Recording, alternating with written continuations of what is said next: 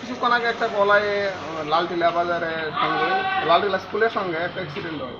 তো আমরা গেলাম, গিয়ে দেখলাম একজন মহিলা বাচ্চা সব আসলো, মানে বাড়ি দিছে। তো আমরা দুজনকে নিয়ে আইছি, স্কুটি দিয়ে বাড়ি দিছে। তো স্কুটি ড্রাইভারকে নিয়ে আইছি আর মহিলাকে নিয়ে। নাম কি তা মহিলা? হ্যাঁ, নামটা? ও স্কুটির মালিক দন্দেপরমা। যে আহত হয়েছে মহিলাটার নাম? মহিলার নাম দন্দেপরমা, বাড়ি কোন জায়গা?